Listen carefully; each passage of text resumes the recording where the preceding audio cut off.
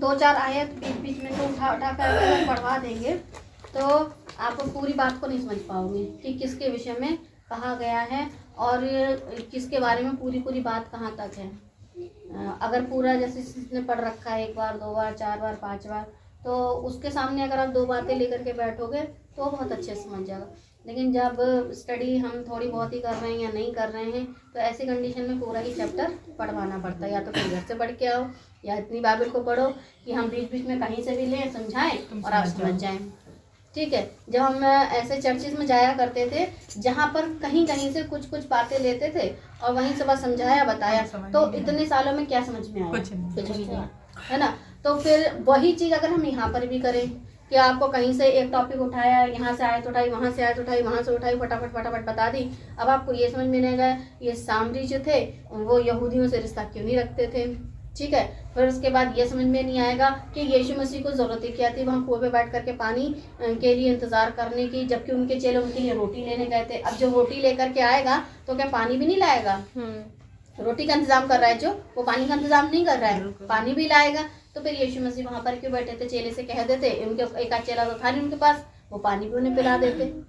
तो क्या था यीशु मसीह का कुएं पे बैठने का, उनकी सोच विचार या उनकी क्या योजना थी उस कुएं पर बैठने की। ठीक है, और उनको वही टाइम क्यों मिला था कि उस कुएं पर जा करके बैठे। ठीक, तो ये सारी चीज़ें अगर हम समझेंगे तभी हम समझ पाएंगे कि यीशु की जो योजना है, उनका जो काम है, इस बाइबल में जो भी कुछ लिखा गया है वो कभी भी ऐसे ही यूं ही उठा करके, या यीशु ने जो अपने जीवन में काम किए हैं वो यूं ही नहीं किए हैं, उसके पीछे कोई ना कोई मकसद रहा है। ठीक है, जब प्रभु को मालूम हुआ, प्रभु यानी यीशु मसीह कि फरीसियों ने सुना है कि यीशु यूहन्ना से अधिक चेले बनाता है तो उन्हें बपतिस्मा देता है। यद्यपि यीशु स्वयं वरन बपतिस्मा नहीं देता था, उनके चेले बपतिस्मा देते थे। ठीक है, अब यीशु मसीह जो है लोगों को क्या कर रहे थे? बपतिस्मा दे रहे थे, लेकिन उनके चेलों के जरिए दे रहे थे। यूहन्ना ने आकर के बपतिस्मा देने की शुरुआत की थी और यूहन्ना से बपतिस्मा की तुमको लेना है, ऐसी बात को परमेश्वर ने यूहन्ना के मन में डाला।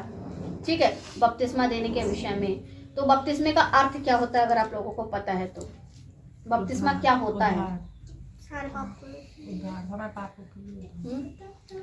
बपतिस्मा अगर इसी में अगर आप यूहन्ना का 3रा अध्याय पढ़ोगे, है ना, तो निकोदेमुस से यीशु मसीह कहते हैं कि नए सिरे से जन्म लेना।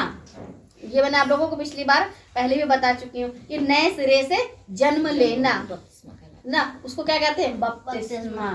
और जब कोई व्यक्ति नया जन्म पाता है, पैदा हो जाता है, ठीक है, उसके बाद उसकी जो आदतें होती हैं वो उसको कौन सिखाता है? उसको वो चीजें कौन सिखाता है? जैसे ही बच्चा थोड़ा बड़ा होने लगता है, ठीक है, उसकी पहली टीचर कौन होती है? उसकी माँ। ठीक है, उसकी माँ पहली टीचर होती है और उसके बाद उसका पिता, फिर उसके जो घर में जो लोग परिवार के लोग रह रहे होते हैं। उसके बाद जब बच्चा धीरे धीरे बड़ा होता है तब वो दुनिया समाज में कहीं स्कूल में निकलता है, नहीं तो तब तक उसकी पहली टीचर कौन होती है? माँ। ठीक है, और हमें और आपको भी एक सहायक दिया गया है जिसका नाम है पवित्र आत्मा। जैसी माँ कहती है वैसे बच्चा चलता है, और अगर माँ के अनुसार कहे बच्चा नहीं चलता है तो फिर बच्चे के चांटे बढ़ते हैं। ठीक है, अगर पवित्र आत्मा के अनुसार हम और आप नहीं चलेंगे तो पवित्र आत्मा चांटे नहीं मारेगी, लेकिन पता क्या करेगा? छोड़ के चला जाएगा। पवित्र आत्मा छोड़ के चला जाएगा। लिखा ना कि आत्मा को ना बुझाओ। आप किसी चीज को तुम बुझा दोगे तो क्या वो दोबारा जलेगी? पहली बार आपने बपतिस्मा ले लिया तो आपने क्या कर लिया? सारी बातें जो पिछली थी वो दुनिया में आपके जीवन से खत्म हो गई। अब आप नए सिरे से पैदा हुए हम। अब जब नए सिरे से ही व्यक्ति पैदा हुआ है तो फिर क्या ये पैदा होने का अधिकार सिर्फ यहूदियों का था? नहीं, सभी है ना, हर एक मनुष्य का था, जिसमें सामरी और यहूदी आपस में रिश्ता नहीं रखते थे। अब ऐसी कंडीशन में मुझे पता चल गया है कि नए सिरे से जन्म लेना है, लेकिन यहूदियों में एक चीज ये थी कि भैया हम सामरियों की तरफ नहीं जाएंगे। तो फिर शुरुआत किसने की? यीशु मसीह ने शुरुआत की। ठीक है, लिखा तब वह यहूदियों को, यहूदिया यानी जगह शहर है, उसको छोड़कर गलील को चला।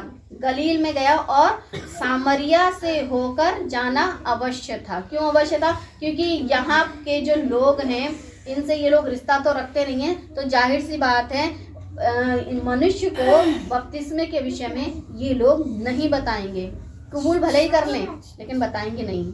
जब पतरस ने अन्य जातियों में जाकर के प्रचार करा और पवित्र आत्मा उन सब पर उतरा, तो जितने यहूदी थे सब पतरस को लेकर के इकट्ठा हो गए थे और उससे पूछने लगे थे कि अरे मतलब तुम तो उन लोगों के साथ, अन्य जातियों के साथ। तब उसने बोला कि मेरे साथ जो भाई लोग गए थे, ठीक है, उन सब ने जाकर के देखा है कि पवित्र आत्मा उन पर जैसे हम पर उतरा था वैसे उन पर उतरा। तो क्या मैं परमेश्वर को रोकूं? है, परमेश्वर की सामर्थ को रोकूं? तो यीशु मसीह ने उसकी शुरुआत यहाँ पर की थी। और लिखा इसलिए वह सुखार नामक सामरिया के एक नगर तक आया जो उस भूमि के पास है जिसे याकूब ने अपने पुत्र यूसुफ को दिया था, जिसे कहते हैं याकूब का कुआं। ठीक है, जो कि आपको उत्पत्ति 33:19 में मिल जाएगा। अगर आप इसको पढ़ोगे तो ये आपको इसमें उसमें डिटेल मिल जाएगी। उत्पत्ति 33:19 में। और याकूब का कुआं भी वहीं था। अतः यीशु मार्ग का थका हुआ उस कुएं पर यूं ही बैठ गया। और यह बात 6 घंटे के लगभग था। और उस टाइम तक जितने जो क्या कहते हैं सही लोग, ठीक ठाक लोग, और जो फैमिली वाले होते हैं जिन्हें कहते हैं सही स्त्रियां, वो अपना काम 7 बजे, 8 बजे, 6 बजे, 5 बजे तक निपटा लेती थी। लेकिन 11-12 बजे तक उनका सारा काम नहीं पड़ा रहता था। तो क्या था, ऐसे टाइम पर कौन निकल के आ रही है बाहर? पानी भरने के लिए एक ऐसी स्त्री, सामरी स्त्री। और वो भी कैसी स्त्री थी? जो इसके 4-5 पति। अब जिसके पास इतने पति हों, उस स्त्री से जो अच्छी सामाजिक संसार में रह रहे होंगे, क्या वो लोग रिश्ता रखते थे ऐसे लोगों से? नहीं। वो कहते हैं ये स्त्री तो वैसी व्यभिचारिणी है, बेकार है, ऐसी है, वैसी है, समाज में ठीक नहीं है, तो इसके साथ हमको इस तरीके से रिश्ता नहीं रखना है। 33:19। हाँ, तो जब ऐसी स्त्री से वो लोग रिश्ता नहीं रखते थे तो जाहिर सी बात है वो भी अपने समय पे आराम से निकलती होगी। क्योंकि हम तुम्हारे साथ पहले के जमाने में कुएं पे या नदी पे पानी भरने जब जाते थे, ठीक है, तो एक समाज का एक गुट होता था। उस गुट में सारी स्त्रियां जा रही हैं, उसमें कोई एक ऐसी औरत जिसका कैरेक्टर थोड़ा सा खराब हो, अगर उस गुट में जाएगी तो वो गुट की औरत उसके साथ क्या क्या बातें करती थी, है ना तो उससे ज्यादा बात करती थी। अरे भैया बहुत बुरी है, ऐसी है, वैसी ना भैया, इससे मतलब ले ऐसे तो अपने घर में इनको साइन पता चले हमारे पति पे डोरे डाल ले, ऐसा कर ले, वैसा कर ले, है ना। आज के जमाने में भी ये सब चीजें चलता, भैया ऐसी स्त्री से, ऐसी औरत से हम रिश्ता नहीं रखेंगे वरना हमारे ही घर में गड़बड़ हो जाएगी। तो ऐसी कंडीशन जब आज के समय में भी ऐसी है तो उन दिनों में कैसी रही होगी? सेम टू सेम, है ना। किसी के बारे में बुरी बात पता चल जाती है तो इंसान उससे कन्नी काटता है कि ना अपने घर में, दूसरे में पता चला हमारे घर में ही। तो वो औरत ऐसे टाइम पर पानी लेने निकलती थी जब उसे मालूम था किसी से मुझे ताने सुनने नहीं मिलेंगे, है ना, किसी से मुझे ताने सुनने के नहीं मिलेंगे, ना मुझे किसी से बोलना पड़ेगा, क्योंकि औरतें ही औरतों का जीना दुश्वार कर देती हैं ताने मार मार के। तो उसने ऐसे टाइम पर, और ये बात 6 घंटे के लगभग, जब कोई भी औरत पानी लेने के लिए दोपहर के टाइम में बाहर नहीं निकलती थी, इतने में एक सामरी स्त्री जल भरने आई। ये सारी बातें परमेश्वर यीशु मसीह को पता है कि वो औरत कब पानी लेने आएगी। क्या इन बातों से आपको ऐसा नहीं लगता कि ऐसा संसार में कौन मनुष्य है? अच्छा, आप अपने बारे में कोई भी इंसान ये बता दे कि अभी आधे घंटे बाद, 2 घंटे बाद मैं ऐसा काम करूंगी और ये 100% है मैं करूंगी, ऐसा नहीं हो सकता। कोई भी व्यक्ति है ऐसा कंफर्म कि ये बता दे कि 1 घंटे बाद मैं ऐसा काम करूंगा, 2 घंटे बाद, और अगर 1 मिनट बाद पराठा निकल जाए तो ठीक है, और वो भी आपका कंफर्म नहीं कि क्या वो काम कर पाओगे या नहीं कर पाओगे, बीच में कोई और दूसरा काम आ जाए। लेकिन परमेश्वर को सारी बातें पता हैं क्योंकि वो परमेश्वर हैं, और परमेश्वर वर्तमान के विषय में भी जानते हैं और भविष्य के विषय में भी जानते हैं। तो यीशु को पता था कि वो स्त्री वहां पर आएगी। इससे हमें पता चलता है कि यीशु परमेश्वर हैं, क्योंकि उसके चेले तो नगर में भोजन मोल लेने को गए थे। जो भोजन लेने गए थे वो पानी भी अपने मालिक को दे सकते थे, यानी अपने प्रभु को दे सकते थे, लेकिन इनको क्या करना था? उस स्त्री से बात करनी थी। उस सामरी स्त्री ने उससे कहा, तू यहूदी होकर मुझ सामरी स्त्री से पानी क्यों मांगता है? उसे यकीन नहीं था कि ये यहूदी अच्छा, अगर कोई आपसे पूछे कि इस स्त्री ने उस यीशु मसीह को कैसे पहचाना, कि ये यहूदी है, तो क्या लगेगा आपको कि ऐसा क्या है? उसके पहनावे को, उसके पहनावे से या काम जो वो बोल रहा था उसके। यहूदियों के पास क्या कहते हैं, एक वो लाइनिंग वाला black and white spot lining वाला, अभी भी जब आप गूगल पे सर्च करोगे ना हाँ, तो उनके पास एक लाइनिंग शॉल रहता है। जैसे क्या कहते हैं, अभी भी लोग यरूशलेम को जाते हैं तो वहाँ से शॉल लेकर के आते हैं, लाइनिंग वाली, है ना। वो तो वो वाला जो शॉल रहता है ना, वो ज़्यादातर उनकी पहचान थी ये कि उनके पास रहता था, है ना। उनके पास यही उनकी पहचान थी, तो जाहिर सी बात है कि उनकी कपड़ों से है ना, पहरावे से ही तो हम पहचान जाते हैं। हमारे सामने अगर कोई काला कपड़ा पूरा मुंह ढके और निकल के जाए तो हम क्या कहें, कौन है ये, ठीक है। हाँ, वही धोती पहन करके और टिकली बिंदी वगैरह लगा लुगू करके जाए, ठीक है, और वही सलवार कुर्ता ऊंचा ऊंचा पटियाला स्टाइल में पहन के जाए तो बल्कि बंदा बोले या ना बोले, लेकिन उसके कपड़ों से तो वहां पर भी कुछ ना कुछ चलता होगा। जाहिर सी बात है, वहां पर भी उनका ड्रेस से पता चल जाता है इंसान का कि वो कहाँ का है, कैसा है, ठीक है। बोली से भी अभी घाघरा चोली वाली आ जाए, राजस्थानी है ना, तो ये है ना, वैसे ही इंसान को पता चल जाता है। इसलिए उसने तो कुछ इधर उसके ड्रेस की वजह से पहचान लिया कि ये कौन है, यहूदी है, और सामरियों से क्या कहता है, पानी मांग रहा है, और उनका आपस में किसी तरीके से रीति व्यवहार इनका संबंध नहीं था, ठीक। तो इतना सब कुछ होने के बावजूद भी हम एक बात पर जाएंगे, और वो बात है 10वीं आयत। यीशु ने उत्तर दिया, यदि तू परमेश्वर के वरदान को जानती। हम में से कितने लोग हैं आज जो पहले परमेश्वर के वरदान को जानते थे? नहीं जानते। ईसाई थे, चर्च जाते थे, उपवास रखते थे, और अपना टाइथ यानी 10वां अंश देते थे, और क्या कहते हैं 40 दिन के फास्टिंग में पूरे 40 अगर नहीं रखते थे तो मन अंदर से कचोटता था, सोचते थे कि कम से कम हफ्ते का तो कर ही ले, ठीक है। और 10वां हिस्सा जो अपनी तनख्वाह का होता था वो हमेशा निकाला करते थे, और साथ ही साथ चर्च की सदस्यता में जो पैसा जाता है वो दिया करते थे, हर संडे जाया करते थे। बड़ा दिन गुड फ्राइडे पे अगर बड़ी वाली वो क्या कहते हैं क्रिसमस ट्री, वो भी क्या है सबसे बड़ी वाली हमारे घर में नहीं लग रही है, या स्टार जो टंगता था वो सबसे बड़ा स्टार हमारे घर में नहीं लग रहा है, तो वो बड़ा दिन नहीं होता था। और जब ये सब कुछ होगा तो पकवान तो बनेंगे ही, खाना पीना, उसके बाद फिर 2-2 3-3 जोड़ी कपड़े, 2-3 जोड़ी कैसे, एक हमको क्या कहते हैं 24 को पहनना है, तो फिर एक 25 को पहनना है, तो फिर हमको न्यू ईयर पे भी पहनना है, तो हर बार एक नया जोड़ी कपड़ा। मतलब इतना धूमधाम था, और इतनी धूमधाम से मनाते थे कि महीना नवंबर जब शुरू होता था तो नवंबर से दिसंबर तक बड़े दिन की तैयारियां चलती थी। उधर मार्च से अप्रैल तक गुड फ्राइडे की तैयारियां चलती थी। बस इतना ही मसीह जीवन था, और यही सारे काम करते थे। लेकिन क्या परमेश्वर के वरदान को जानते थे? कोई संडे ऐसा नहीं था जिस संडे कभी मन कर जाए कि आज संडे है, वही तो वैसे पूरे हफ्ते काम करो और आज आराम करो। तो हमारी मम्मी आराम नहीं करने देती थी। क्यों? सबत का दिन है, चर्च जाना जरूरी है। सबत का दिन है, चर्च जाना जरूरी। आज ये जरूरी नहीं कि दिन कौन सा है, लेकिन हर दिन तैयार है।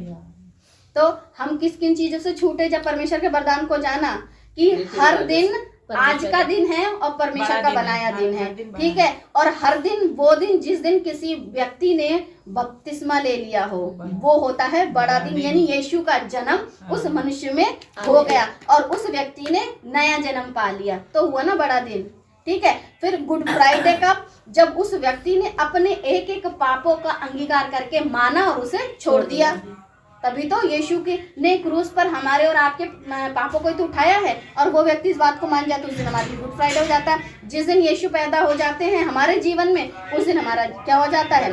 बड़ा दिन। के लिए वरदान नहीं है। यीशु ने उत्तर दिया, यदि तू परमेश्वर के वरदान को जानती। इस संसार में परमेश्वर का दिया हुआ वरदान क्या है?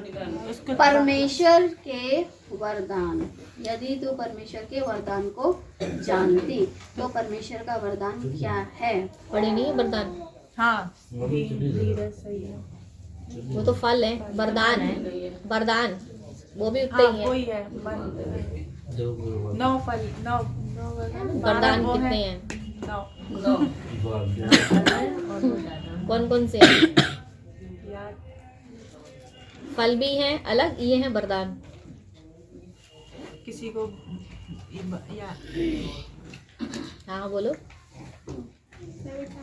एक ही आत्मा से 9 वरदान दिए ना, किसी को बुद्धि का, हाँ किसी है ना? को बच्चे किसी को आगे बोलो बोलो। किसी को बोलने का, किसी को समझाने का, किसी को मतलब हर प्रकार के वरदान 9 वरदान हैं। किसी को सामर्थ्य का, देखो आंटी ने बोला दान का, कुरंतियों में है। 9 वरदान यशाया 7:14। चलो ये साढ़े 7 का 14 पढ़ लो, पढ़ लो, पढ़ो ये साढ़े 7 का 14।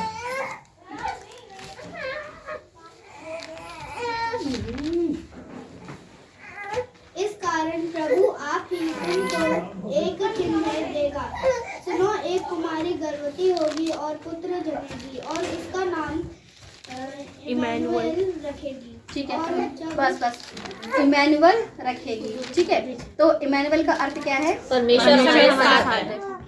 तो आपके और मेरे लिए वरदान क्या है? यही है, परमेश्वर हमारे साथ है। तो फिर आप लोगों के पास कौन से वरदान हैं? वरदान है तो उसमें परमेश्वर हम्म? है। मैं उस वरदान की बात कर नहीं रही हूँ। परमेश्वर ने जो हमें और आपको वरदान दिया है, वरदान वो जो दिया है कि हमारे अनंत लिए जीवन दान मिलेगा। दिया अनंत है, जीवन, अनंत जीवन का है वैसे तो। उसका नाम है एक कुंवारी गर्भवती होगी यीशु। और एक व्यक्ति पैदा होगा। अगर यीशु मसीह नहीं पैदा होते, तो ठीक 9 है, वरदान भी नहीं मिलते। तो फिर बाकी की चीजें मिल जाती हैं। नहीं मिलती। जो चीज आपको दी जा रही है उसका नाम है वरदान, और वो वरदान कौन है? मसीहा पैदा होगा।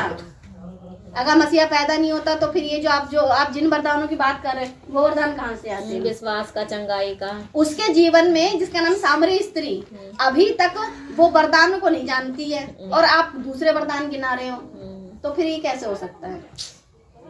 जिस समय सामरी स्त्री से यीशु मसीह बात कर रहे थे, ठीक है, तो क्या वो यीशु मसीह को जानती थी? नहीं। और जब वो यीशु को नहीं जानती थी तो फिर बाकी के वरदानों को कैसे जान जाएगी? अभी तक मत्ती, मरकुस, लूका, यूहन्ना लिखा नहीं गया था, तो फिर प्रेरितों का काम कुरिन्थियों, इफिसियों ये कैसे लिखा जाएगा? उसे पहचानती नहीं बिल्कुल भी। नहीं, तो जब बात चल रही है वरदान की, तो यीशु किस वरदान की बात उससे कर रहे हैं? पहला कुरिन्थियों 11 अध्याय 12 अध्याय। मसीहा को पहचानने। तो उनको ये तो पता चले कि तू वरदान को जानती, और वो वरदान का नाम है यीशु मसीह। अभी तक वो यीशु मसीह को नहीं जानती है, तो फिर वो बपतिस्मे के बारे में कैसे जानेगी? ठीक है, फिर वो नया जन्म के बारे में कैसे जानेगी? वो पाप के विषय में कैसे जानेगी? पाप के विषय में नहीं तो फिर पश्चाताप के विषय में कैसे जानेगी? तो अभी उसकी शुरुआत तो हुई नहीं है, और हम उम्मीद लगा रहे हैं कि हम तुम जो हो वो सारी चीजें, कौन कौन से वरदान? 9 प्रकार के वरदान। तो 9 प्रकार के वरदान तो हमें बाद में पता चलेंगे, लेकिन पहले यीशु मसीह क्या है वो तो हम जान लें। सही बात। यीशु को तो जानते नहीं है और वरदानों के विषय में बात करते हैं। आज पूरी दुनिया में यही चल रहा है। बाइबल को पढ़ते नहीं है, यीशु को जानते नहीं है, हर संडे चर्च जाने के बाद ये उम्मीद रखते पवित्र आत्मा मुझ पर उतरा, ठीक है, और अगर लोगों पे उतर आता है ऐसे ऐसे वाला, है ना, तो फिर कहते हैं इस पे उतरा, हम पे क्यों नहीं उतरा? फिर पास्टर साहब मेरे लिए दुआ करो ताकि मुझ पे भी उतरे। फिर पास्टर साहब कहते हैं ठीक है, इस पे तो उतारा, तुम पे भी उतारेंगे। फिर वो धक्का दे देकर गिर जाते उतारते हैं। हैं, है ना। ऐसा धक्का दे दे करके अगर पवित्र आत्मा आपको चाहिए है तो ऐसा वाला बहुत दुनिया में मिल रहा है, लेकिन क्या वो सच्चे वरदान को जानते हैं? नहीं, सच्चा वरदान तो एक ही है जिसका नाम यीशु है। है ना? आप दुनिया में उल्टी पुल्टी बातों को तो बहुत अच्छे से सीख सकते हो, लेकिन जिस बात को यीशु मसीह सिखा रहे हैं वो बात क्या है? जो कि उस स्त्री को सिखाया कि तू परमेश्वर के वरदान को जानती, और परमेश्वर का दिया हुआ वरदान उसका नाम क्या है? यीशु मसीह। और यीशु मसीह क्या कहते हैं? यूहन्ना 1:1 में क्या है? आदि में हाँ, वचन था, वचन परमेश्वर के साथ था, और वचन परमेश्वर और वही था, हमारी 14वीं आयत 1:14 बताता है और वचन देहधारी हुआ और अनुग्रह देहधारी हुआ, और जो देहधारी हुआ वो याकूब के कुएं पे जाकर के बैठ गया, और वो खुद कह रहा है कि मैं तुझे जीवन का जल दूंगा। अब वो कह रहा है मैं तुझे जीवन का जल दूंगा, लेकिन पहले क्या है? वरदान को जानती। वो तो वरदान को जानती नहीं, लेकिन कहे कि पास्टर साहब मेरे पे दुआ कर दो और मुझ पे पवित्र आत्मा उतारा है। पवित्र आत्मा तब उतरेगा ना, पवित्र आत्मा आपको तब मिलेगा ना, पहले वरदान को तो जानो कि वरदान क्या है, वरदान कौन है। स्त्री क्या सोच रही है कि अरे ऐसा करते हैं, हमको वो पानी दे दो ताकि हमको वापस इस कुएं पर आकर के पानी लेने की जरूरत ना पड़े। अच्छा, उसका दिमाग कहाँ था? संसारिक था, संसारिक था, है ना।